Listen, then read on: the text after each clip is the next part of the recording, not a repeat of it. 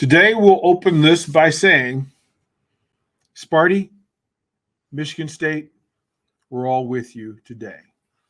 You are Locked On Huskers, your daily podcast on the Nebraska Cornhuskers, part of the Locked On Podcast Network, your team every day.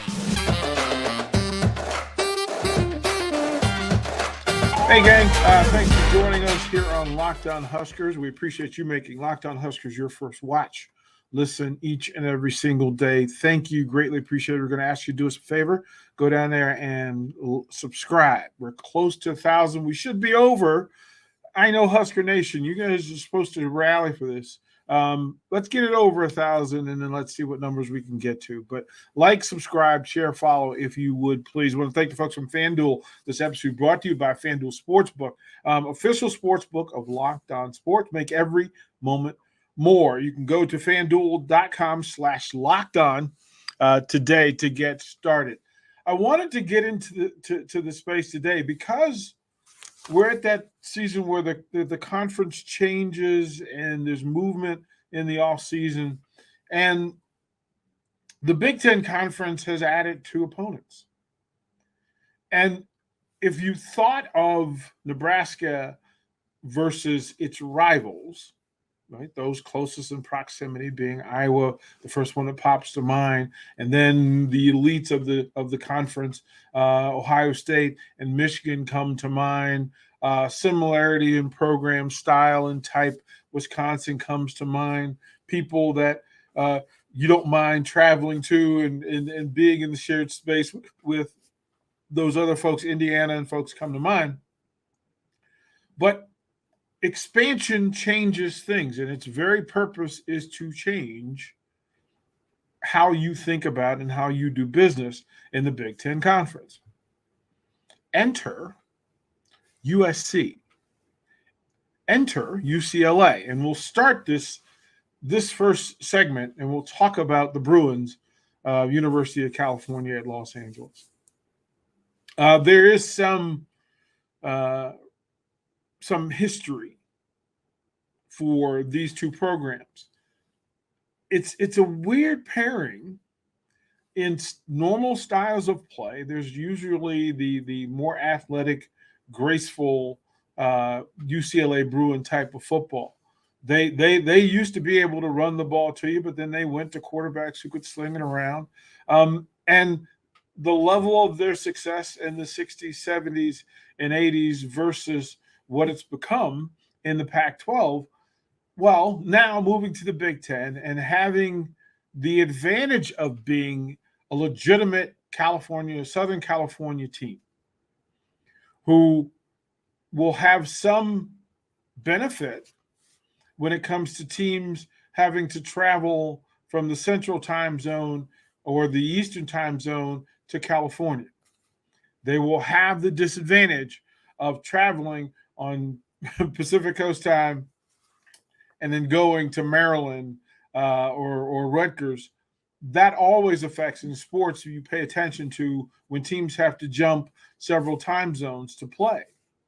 And then you think of the wear and tear, because if it's an early Saturday game, then having to fly back and do all your business flying back to California, although there is an advantage when it's the other way. So, and then the style and weather in climate in both places. That if you're talking the difference between UCLA and Nebraska playing in Los Angeles in October and November versus playing in Lincoln in October and November, and having been around both USC and UCLA when they're with their football and baseball programs, what I can tell you is it's a big honking deal to go from Los Angeles in October, late October or early November, and then bounce them in to Lincoln, Nebraska, where it can be pretty chilly in those final games. Now, so the scheduling will matter when those games are scheduled, but think about it this way. If you're the Big Ten Conference and you have an Ohio State versus USC matchup, where do you want that to play? Do you want that in Columbus, Ohio, or do you want that at the Rose Bowl? Do you want it in good climate and good weather? Yeah, the scheduling is supposed to be, flatlined and equal, but it won't be because this is business that we're talking about. And the business side of it is that if you'd be more inclined to send UCLA into cold weather than you will USC. And as much as you say that that's not supposed to be how that works, I guarantee you're going to look at those early schedules and go, wow, that was convenient. We have some Rose Bowl history with the major programs, right? So you can think of Ohio State versus USC, and you can think of them in the Rose Bowl. You can think of Michigan and Ohio and USC in the Rose Bowl. You can think of them in meaningful games. But what happens for Maryland to go from BWI or Reagan National all the way out to Los Angeles? And then those games have to almost be later in the day for them to have the real business value that you need for them to have. And if it's going to be a bi-coastal game, you need both coast ratings to get into this space for it to matter. Now, the history is in the recent history with UCLA and Nebraska, a couple of interesting things. At the very last visit, or the very last meeting, 2015. Now, they've played 13 times. 6 times in Lincoln, 6 times in Los Angeles, one time neutral. The last meeting was neutral in Santa Barbara. Not really neutral, still California. But hey, for the sake of the discussion. Nebraska is 4-2 versus UCLA in Lincoln. They're 2-4 against them in Los Angeles. There's some interesting names in this space when you start to think about those matchups, right? So if you went back to 2015, a 21-21 halftime score, Nebraska outscores UCLA 16-8 in the second half. Divino Zigbo goes for 87. That UCLA team, Nebraska was quarterbacked up by Tommy Armstrong. He went 12 of 19 for 174 yards and a touchdown. On the other side, the chosen one, Josh Rosen, led the UCLA Bruins, threw for three touchdowns, 26 of 41 for 319 yards. Jordan Westerkamp led the Huskers in receiving to go with the Zigbo's rushes. But this was a game that could have been won by either team, and the game was being held in Santa Clara, so weather was not an issue. But Nebraska rushed for 326 yards that day, 500 yards in total offense, and that was required. Every bit of it was required to settle UCLA's passing attack. And it was supposed to be one of those days where in the Foster Farms Bowl, which – I'm sorry, that's hilarious to me that these two teams, these two great programs played in the Foster Farms Bowl. Put on a pretty good game, that being said. So, but yeah, 7-6. It pretty equal in the space. Both teams winning 4 games at home. I don't think that USC has the same sort of warm and fuzzy feeling when it comes to Nebraska. We'll talk about that. We'll talk about the reasons why when we come back. Quite frankly, I'm just letting you know it's not as equal and is not as fun. Built Bar is the sponsor we're going to talk to you about. So what makes Built Bar so good? Well, for starters, they're covered in 100% real chocolate.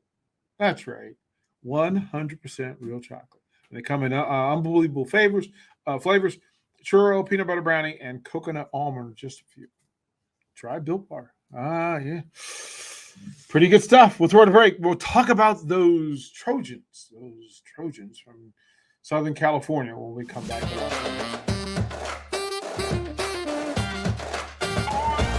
Welcome back to Locked On Huskers, and we want to thank the folks from Locked On College Basketball. A couple of things. First of all, thank you for making Locked On Huskers your first listen today. The second listen should be brand new podcast, Locked On College Basketball. So jump on over there. Isaac Shade, Andy Patton bring you everything you need to know on and off the floor. Plus, you'll hear from big-name coaches, big-name players, and you'll get more information throughout the college basketball landscape. Locked On College Basketball, available on YouTube or however you podcast, whatever way you want to do it, however you get it down. Do that. Again, take a quick moment and shout out and send our thoughts and deepest regards to the folk of Michigan State. No program should have to go through this. But here we are, and hopefully we learn. But we're all standing with you folks in East Lansing today. Adding to the conversation, new additions to the Big Ten Conference. And it's just weird because when you think of Big Ten, you think cold weather, you think big farm-fed offensive linemen, you think quarterbacks who play close to the vest. Sometimes scoring is your scoring challenge, with the exception of Ohio State and Michigan, who seem to sling it around better than everybody else. And those two programs are the two programs that match up best with the new teams that are coming in because they're familiar and they've been measured by them before. Again, the Rose Bowl matchups between Michigan, Ohio State, throw Wisconsin in there with USC and UCLA more than all the other Pac-10, Pac-12 teams that come to mind, because those are the teams that made those Rose Bowls the most. The most. That's who it was. Those are the five teams who make up the bulk of the Rose Bowls over the last 50 years. But here comes the Trojans to the Big Ten Conference. And again, the advantage is that they're used to being the big target on somebody's schedule. This is not new for USC to have new folks circle you on the calendar and says, can't wait to play USC, can't wait to play in the Rose Bowl, can't wait to be in Southern California. What it also adds and shares is an opportunity for them to recruit in the middle of the country again, because they'll be seen. And I want to point this out. If you're a recruit who matches both USC and Nebraska, and you show games from those various stadiums in November, there is a portion of the recruiting base that's going to see USC's home game with the sunshine and those fantastic sweater outfits and the Trojan horse and the music, and they're going to go, man, that's pretty appealing.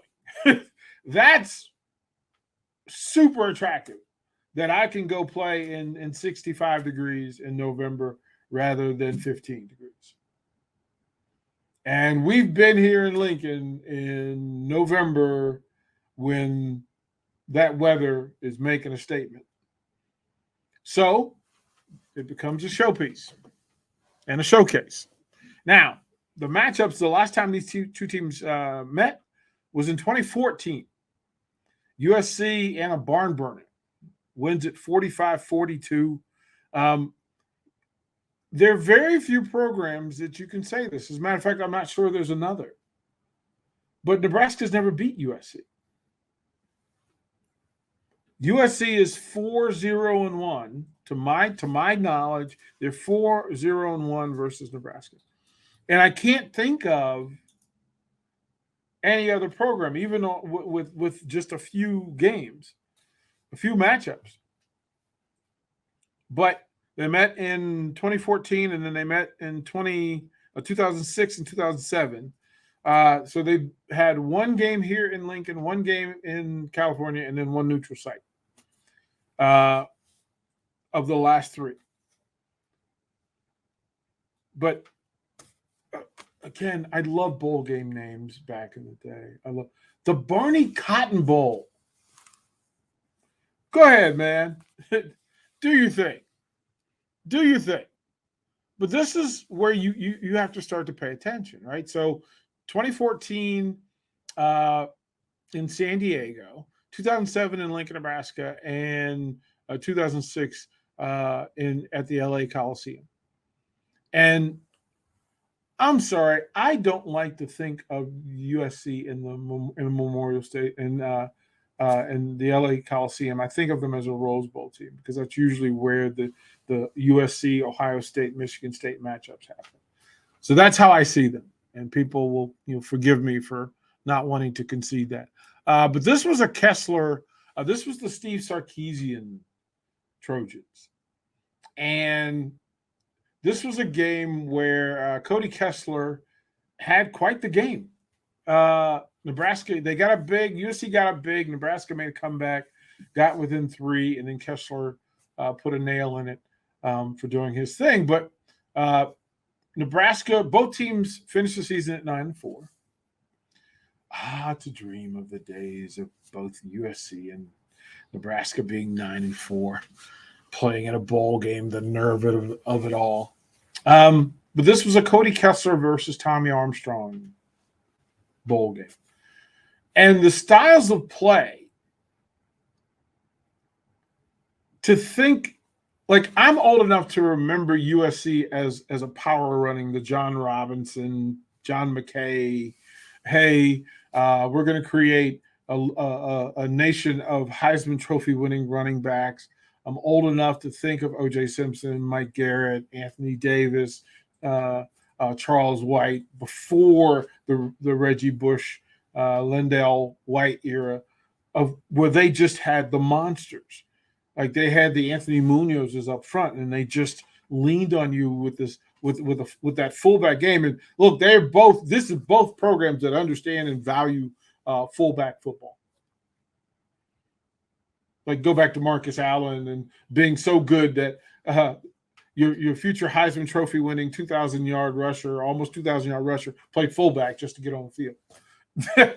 Like this is what this brings back. And a part of me immediately just says, I don't care. I'm happy they're playing, but I need for the first game between USC and Nebraska to be in Lincoln in November. Don't cheat and put it in week 0. Don't cheat and put it in September. Don't do it. Don't do it. Matter of fact, put it in Lincoln at night. Like I want, and it's snowing. I know that's just, come on, but that's how I want this thing to play out. But the previous meetings, I mean, you're talking about Kenny Bell having a touchdown pass.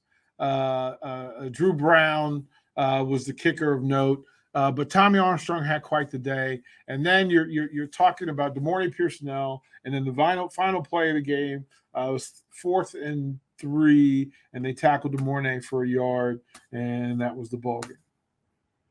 So they were competitive. They battled back and forth.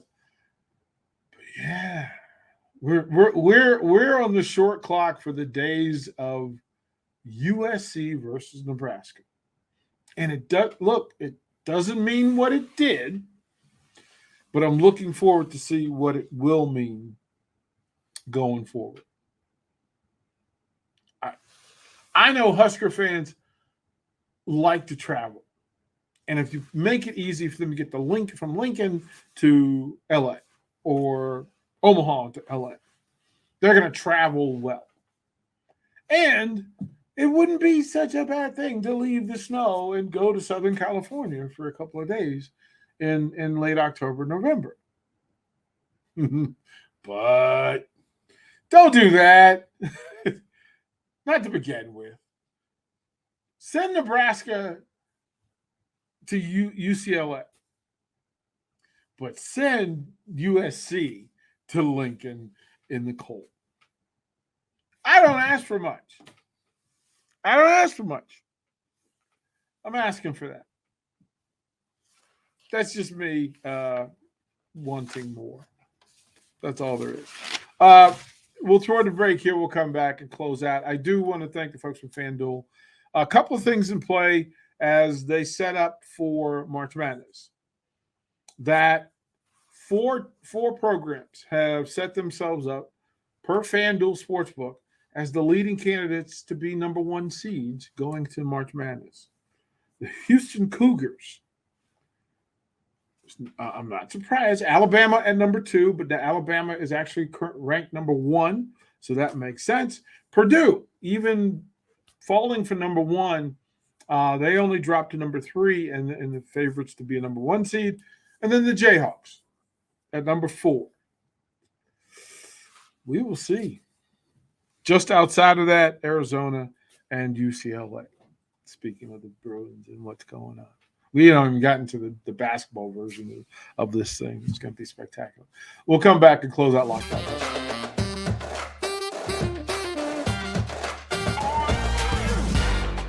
Oh, man, it got a bad taste in my mouth now. We just found that out. Welcome back to Lockdown Huskers. Once again, thank you for letting us be your first listen each and every single day.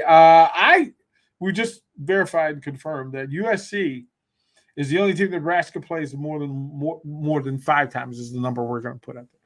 5 times that Nebraska's never beaten. They're 0-4-1 against the Trojans.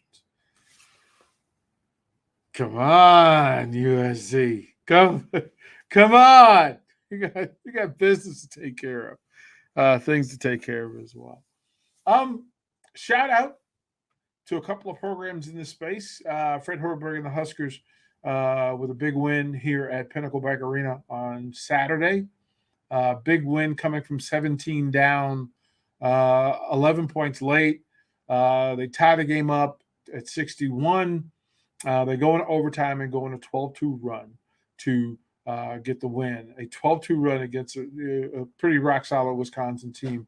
It's great to see the crowd at Pinnacle Bank Arena in full. Great stuff.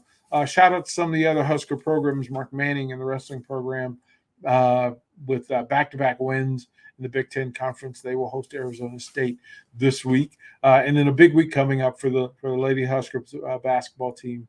Opportunity for them to move their place up in the rankings and to guarantee a pretty good spot in this NCAA tournament. So, again, to the folks in East Lansing, we're all thinking of you. We're all praying for you.